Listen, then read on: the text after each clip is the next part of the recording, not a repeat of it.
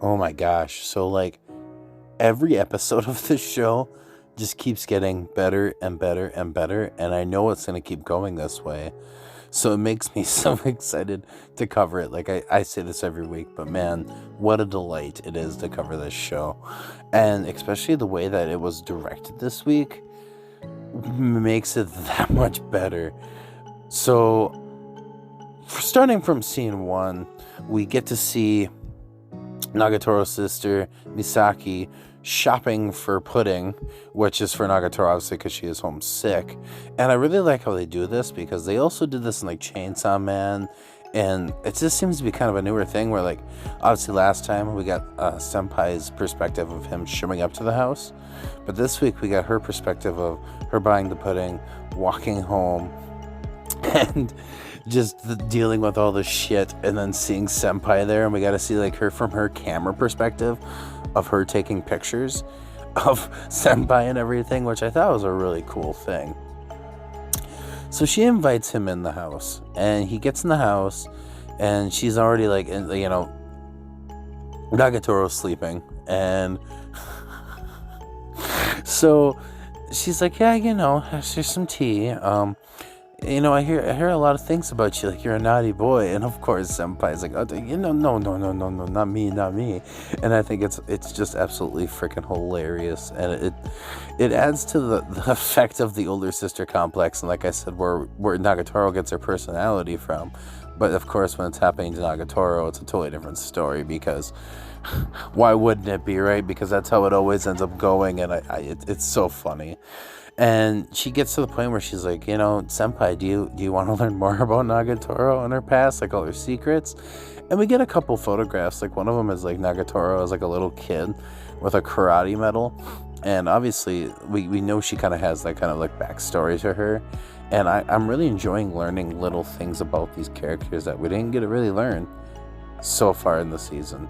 So it's really neat to be able to see that and everything. And she's really prying at him, and he's about ready to crack finally.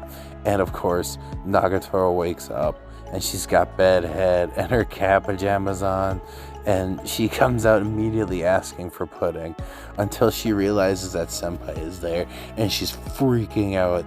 And there's this really cute part where she puts a towel on her head to kind of hide herself, because obviously she's embarrassed because she wants Senpai.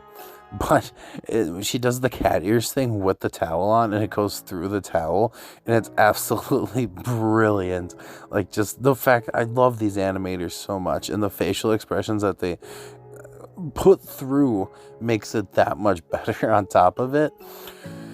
But she runs upstairs, finds that, she's blow drying and everything, and she comes back down, and she's like, yeah, I got, she tells her about the pudding that she received, and that the fact that Senpai ended up getting the deluxe pudding. He did one step better, because clearly he cares. Who knows the price difference, but I'm assuming it's a few dollars, so take that as you will.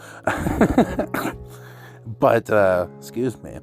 But, right after that, she decides to make some pudding bowls for everybody. So she's got like bananas and cherries and whipped cream, and it just looks fantastic, actually. Like, it makes me kind of hungry just thinking about it.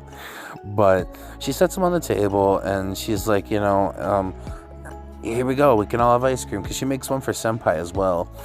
And while that's all going down, and she's just like, Nagatoro's like, well, I guess I'll eat it. But, older sister, she's just like, Misaki's like the best at doing this whole episode. But they're like, we're just gonna go to our room. And she drags Senpai into the room because she doesn't want to get embarrassed anymore, and she probably already has. And while they're in there, of course, Nagatoro is very thankful that he came, even though she was clearly embarrassed. But she's happy because, why shouldn't she be happy? He came to check on her because he clearly cares very much about her, and they're starting to show that type of bonding connection more often than not. And so she teases him a little bit and offers him pudding off of her spoon, which, at first he's kind of hesitant, and that's going to come more into fruition later on in the episode, so keep that in mind while we're going through this. But so right after that, Misaki comes in with 2 glasses of orange juice the moment the spoon goes into Senpai's mouth, and freaking Nagatoro's face turns absolutely bright pink, obviously of embarrassment, jaw drops. And the only reason that Senpai was even going to do it in the first place is because nobody was around. And I think that's freaking hilarious. And of course, the moment it does happen, she walks in. But after that, we get kind of a throwback to season 1 where they're playing the video game that they played in the first season with the cat girl. It looks just like Nagatoro, and the night guy, like, looks like Senpai, but obviously not.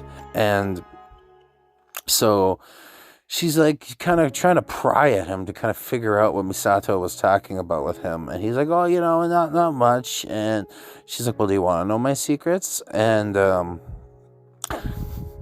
he's like, oh, I kind of, sort of.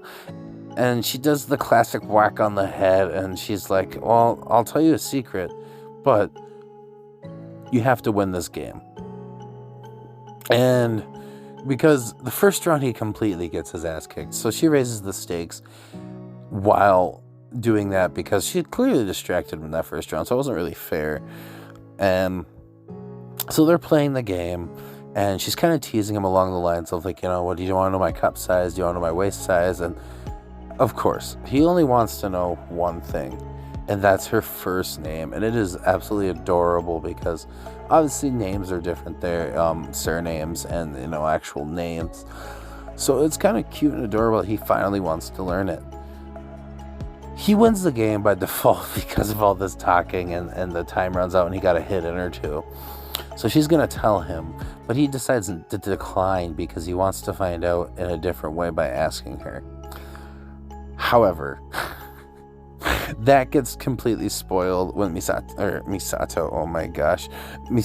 comes in and brings in her freaking photo book and just screams out, let's go through it, Senpai. And Hayase-chan clearly teaching Senpai her name, so he doesn't have to find out. But we also get to see a glimpse of Nagatoro in her elementary school outfit. It's absolutely adorable. And then we don't get to see the picture, but she talks about the first time that she took a picture of her wetting the bed. Absolutely brilliant. This episode has so many giggles and it's just so carefree, and I really like that about this. So they go outside and she's walking Senpai out and she's clearly feeling a lot better. So she's like, I'm going to toy with you tomorrow. And he's like, well, just, take it a little easy on me, which is understandable. But let's be honest here. The closer they get, the easier she takes him on anyways.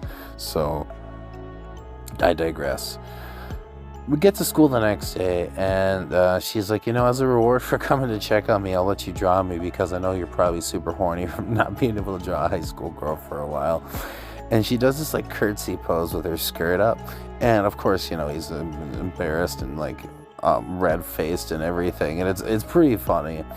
But right after that, he's like, no. So she does this leg up kick like Bruce Lee that she references. And he gets like, I guess the base drawing down, like the line work and the symmetry and everything. But you can clearly tell Nagatoro's giving out. Like her legs are done with this stuff.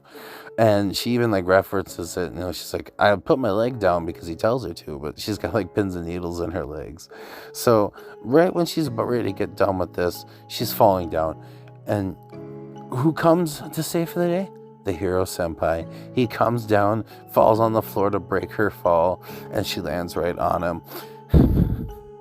It is absolutely adorable. And she's like, oh, did you break my fall? And he's like, no, I just, I just try to stop it.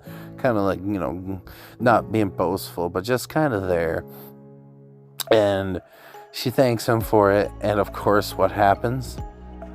He sneezes. That indirect kiss from the spoon came full circle, and now Senpai is getting sick. And it is freaking great that they brought that into the full circle. So we got like a full circle thing, and we got the different perspective in the beginning. And we got a trailer for the next episode, and it looks like, obviously, like I said, Senpai is getting sick, and looks like Nagatoro is going to try taking care of him. And there was little glimpses of the old sister So we'll see what Masaki has to do in this next episode. But it really piques my interest, and I'm just dying for it. And it sucks you have to wait a week, but that's what makes seasonals amazing, is you get to digest it and maybe watch it one more time before the next episode comes out. And this show's one that I can do that with over and over again. So not a problem there. Yeah, so this episode was a really good one this week, and I'm obviously, like I say, I am very much looking forward to next week's episode. And oh my gosh, you guys, let me know what you guys think in the comments down below, if you guys are as intrigued as I am with the series right now or not. Because for some reason, I mean, I can understand why it's not as popular, but for some reason I'm not seeing it chart on like top 10s, and it's kind of sad. But hey, it's always good to have your nice favorite. It doesn't have to be popular. As long as you enjoy it, that's all that really matters. So with that being said, I will, if you guys enjoyed the video, give it a like. And if you made it this far and you didn't, well, thanks for at least watching. We'll see you all in the next video, though. This has been Squids, and I am out. Peace.